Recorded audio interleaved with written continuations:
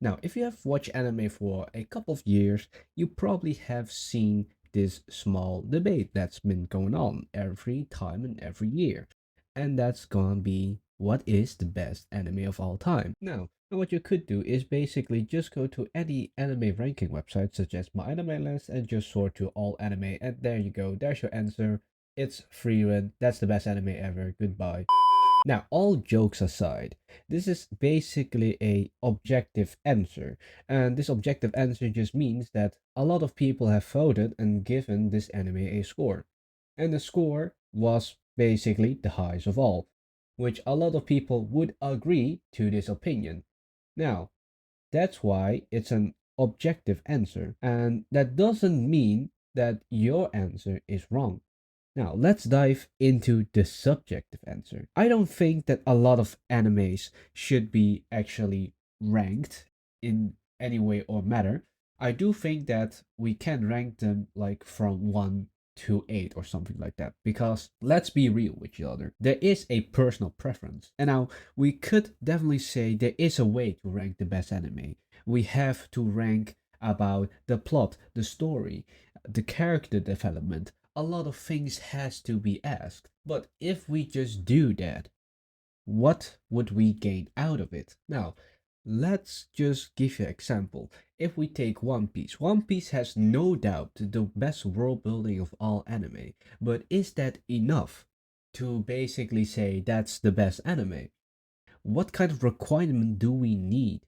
If we take Naruto, that probably has to do with character progression, and a lot of things have happened definitely, and the protagonist definitely evolved a lot. And I would say it's probably one of the best progress in character development ever. But again, is that enough? I don't think that's what we need to look at. I think those are the factors of defining if an anime is good or bad. Because let me tell you, I have tried to watch some shit animes, and those animes are actually shit. And why was the anime shit? Was it the plot? Was it how it felt? Was it that it isn't touching story? Was it like it was very boring? Well, I'm not certain about that. Have any of you watched School Days? Because I was interested because why the hell was it so low rated? And I watched it and I was like, okay, I understand. I understand why it's low as shit now. Because nothing in that series makes fucking sense.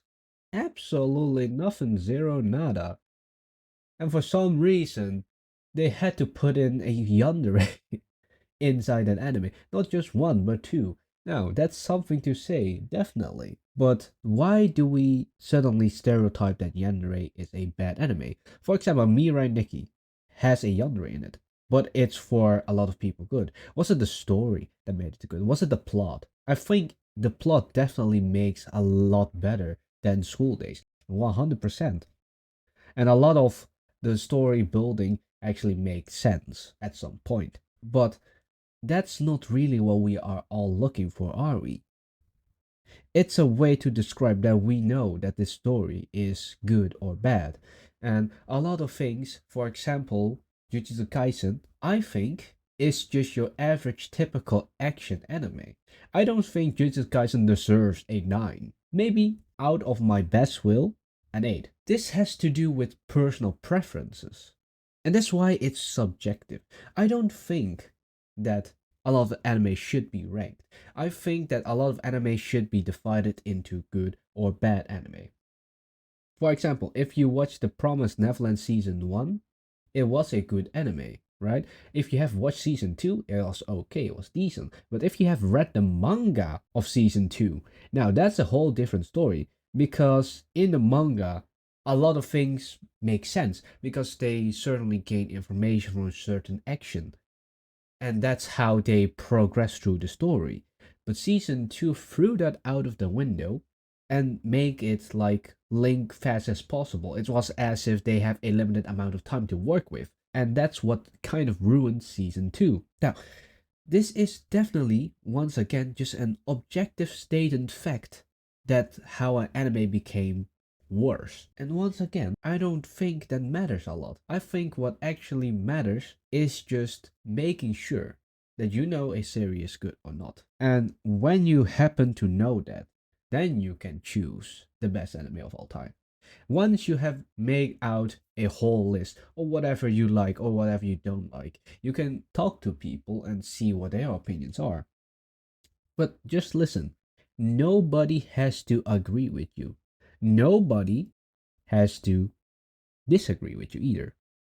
Just so you know, you don't have to voice your opinion about someone else's list, but that doesn't mean that everything they say is also correct, right? Because in our heart, we can say that Attack on Titan has been a good fucking show from season 1 to season 3. Season 4 just makes a little bit less sense, but that's about it. One Piece is an absolute great anime with amazing story building, amazing character development, and a long ass story to follow. Naruto has been an absolute amazing anime too, right? Well, until Boruto came, and even the objective answer Freeman. I think Freeman was an actual good anime. It didn't just show you about the combat or whatever. It showed you about life and about thinking about a lot of stuff in life. It's something that's trying to activate you or make you start thinking about something else that has a lot of to do with your decisions. And some anime actually do change you as a person, as some of the values will be pushed onto the people and the narratives. And now come the big problem. How could we rank the top anime? Because there's a lot of genres, right? And there's no way a shoujo anime would beat a shonen anime because majority of people likes to see action, the unga bunganess of having cool sick animations. And let me tell you this, I do not like Blue Lock, not even one fucking bit. But I can understand why people would like it because the animations in season 1, season 2 was kind of shit. But I don't like the plot of Blue Lock. And some people say that Blue Lock has a good plot, but I don't think it has. I'm sorry, people who like Blue Lock, but I think it's trash. Literally, peak trash. But here's the thing, Blue Lock is just a certain sport anime. We also have Haikyuu in the sport anime. But One Piece, that wouldn't fit inside this genre, would it? Now, One Piece is a different story, and so is Naruto, and so is Bleach, and so might be all other animes, and especially the one that I like, Bocchi the Rock. Now, let's try to say that there is a best anime, and in every genre, there is a best anime for every genre. Now, that's a little bit difficult to find out, right? Because what we are debating is not about the best anime in every genre. It's about the best anime overall. Making such a process of picking the best anime in each genre and then to compete, would that be fair? Do you think an ecchi anime would beat a shonen anime? I don't think so. It's not that everybody would want to watch fan surfers. And it's also not that everybody want to watch action stuff or shoujo stuff. It doesn't even matter at this point then. Because nothing is comparable to each other. It is as if you are comparing Twitch to YouTube. One is a streaming platform and one's an upload platform. It's completely different things. It is in the end a little bit similar, but at the end of the day, it is not. So, do you understand what I mean?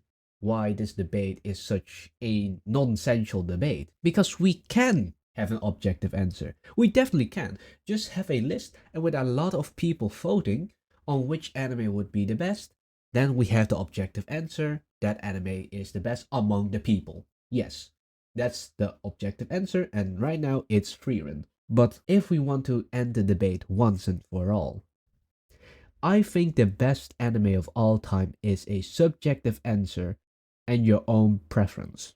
Because if you have seen an anime, or at least depends if you have ever played games, a lot of games or anime are targeted to specific people. If you love shonen action anime, then you don't like shoujo or romance anime.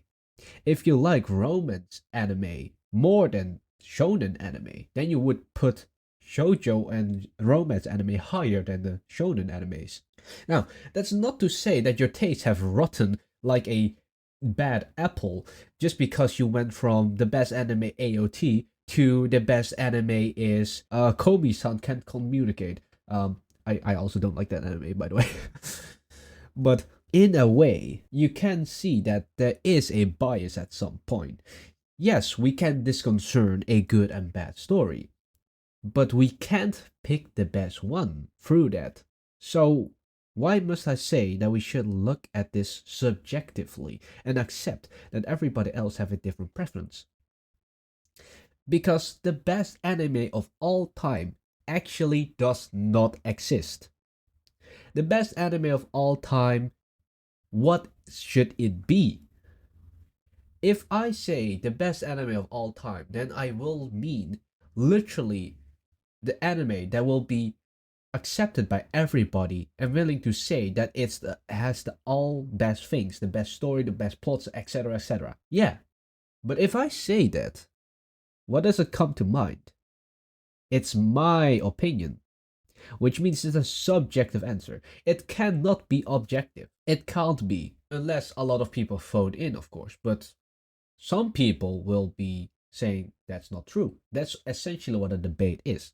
And that's essentially what I want to fucking end, because in the end, the best anime of all time does not exist unless you have people diving in and doing extensive research and coping on why this is the best anime, which I 100% can understand. But at the same time, once again, you're free to have your own opinion. And this is why I say that when you find a certain anime, and that's specifically tailored to you, that's the best anime of all time. In a sense, it does not exist for other people, but it exists only for yourself because it's your own opinion. It's literally Schrodinger's opinion. It does exist, but it doesn't. And with that out of the way, let's start the discussion.